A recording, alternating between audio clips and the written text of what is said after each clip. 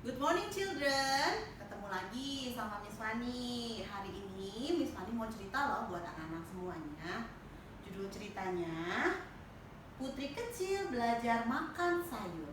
Mau dengerin ceritanya anak-anak? Yuk kita dengerin ceritanya. Ada seorang putri kecil, dia sangat bersemangat dan putri kecil ini sangat ceria. Tapi apa yang dilakukan setiap pagi hari? Setiap bangun tidur si putri ini selalu siap. Dia sudah siap di meja makan di dekat dapur dan dia tunggu bapak kokinya untuk mengantarkan sarapannya.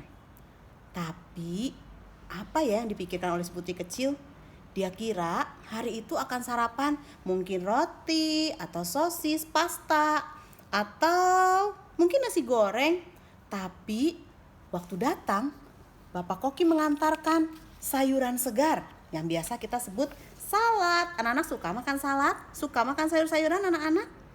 Nah, waktu si putri kecil lihat, aduh, sayuran seperti ini, menjijikan, aku tidak suka. Apalagi ini yang namanya tomat, selada, aku gak suka, kata si putri kecil.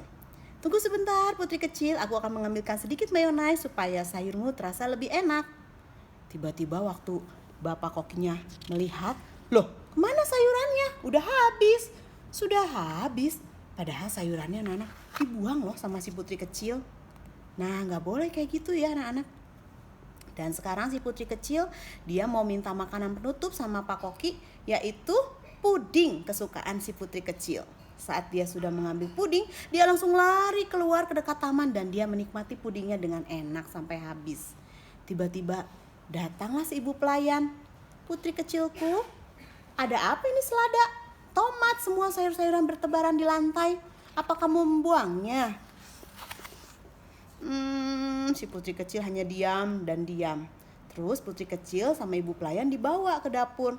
Semua sayur-sayuran yang ditumpahkannya semua ditaruh di meja. Ternyata putri kecil ini sudah membuang semua sarapannya. Dan ratu dan raja pun dia memberitahu pada si putri kecil kalau makan sayuran segar itu sangat sehat dan baik untuk tubuh dan kesehatan si putri kecil. Apa putri kecil tahu sayuran itu dari mana? Si ibu pelayan membawa si putri kecil kepada bapak petani. Lalu ibu pelayan ini menjelaskan kalau bapak petani lah yang menanam sayur-sayuran ini seperti wortel, bayam, mentimun, semuanya ditanam dari benih seperti ini. Hah? Emang dari benih ini bisa menghasilkan wortel yang segar, tomat yang segar? Tentu saja. Gimana caranya? Putri kecil terus bertanya dan akhirnya dia sudah mendapatkan apa yang ingin dia tahu. Dan putri kecil meminta bibit kepada si bapak petani untuk menanam bibit tomat di rumahnya, menanam sendiri. Tapi sebelumnya bapak petani mengajarkan kepada putri kecil untuk menanam benih tomat ini dalam pot kecil dan disirami, dirawat sampai berbuah. Setiap hari, setiap malam putri kecil selalu melihat ke dalam pot kecil yang berisi benih tomat. Tapi tak kunjung tumbuh karena baru 1 hari. Tentu saja anak-anak perlu waktu ya. Setelah 1 minggu, akhirnya si putri kecil pagi hari pun bergembira. Wow, akhirnya tumbuh tunas kecil, tanamanku sekarang sudah ada daunnya. Itu adalah pohon tomat. Dan dia membicarakannya, dia bertanya banyak pada bapak petani. Dia sangat bahagia karena karena benih yang sudah ditanamnya itu sekarang sudah bertumbuh.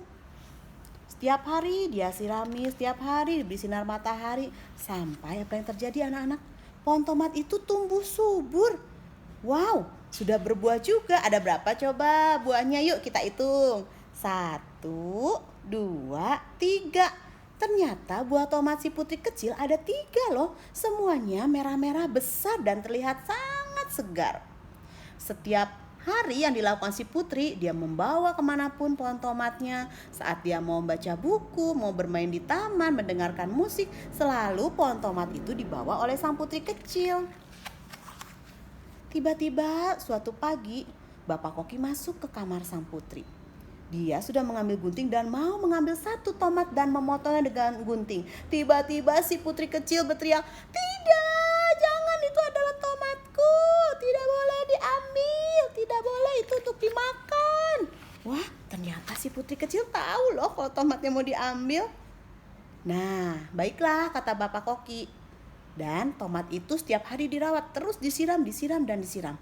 Padahal Bapak Koki sudah bilang loh kalau tomat ini sudah matang. Waktunya untuk dimakan. Nanti kalau kematangan gak enak loh rasanya anak-anak. Karena tomat yang matang itu nanti rasanya seperti busuk ya, sudah terlalu matang. Akhirnya si putri kecil ini, dia melihat pohon tomatnya. Pluk! Satu buah tomat jatuh. Betul kata Pak Koki, ternyata tomat itu udah matang. Gak apa-apa, masih punya 2. Dia taruh bantal-bantal di dekat pohon tomatnya. Tiba-tiba pluk! Pluk! Semua buah tomatnya berjatuhan. Sang putri pun sedih. Aduh, kenapa tomatku semuanya berjatuhan? Tapi kata si ibu pelayan, tenang saja, tomat ini bisa dimakan Tuan Putri, nanti kita bisa bikin salad. Akhirnya si ibu pelayan membawa tomat itu ke dapur untuk diolah oleh Pak Koki. Nah, waktu sarapan pun tiba. Bapak Koki membuatkan salad yang segar. Tentu saja ada tomat dari tanaman yang ditanam oleh si putri kecil. Tidak, aku tidak mau makan sayuran, tidak mau makan salad, selada, tomat dan segala macam. Pokoknya aku tidak mau, kata putri kecil. Tapi anak-anak, si raja dan ratu memakan salad dan dia bilang, putri kecilku, ini adalah tomat dari pohon yang telah kau tanam. Ayo coba deh, tomat ini sangat segar dan banyak vitaminnya. Oh iya, ini kan tomat yang aku tanam sendiri. Aku mau coba deh. Rasanya ternyata enak, segar, enak banget. Oh iya, ternyata dari bibit yang kecil bisa menghasilkan buah tomat yang banyak, segar, dan bisa aku makan juga. Sekarang aku suka deh makan tomat. Aku mau menanam tomat lagi supaya tomatku nanti berbuah banyak. Yes. Nah, itulah anak-anak, cerita dari Miss Fani. Ternyata belajar makan sayur itu tidak sulit, asalkan anak-anak mau mencoba seperti si putri kecil. Akhirnya si putri kecil pun suka makan sayur-sayuran, terutama buah tomat. Oke, terima kasih. Bye anak-anak.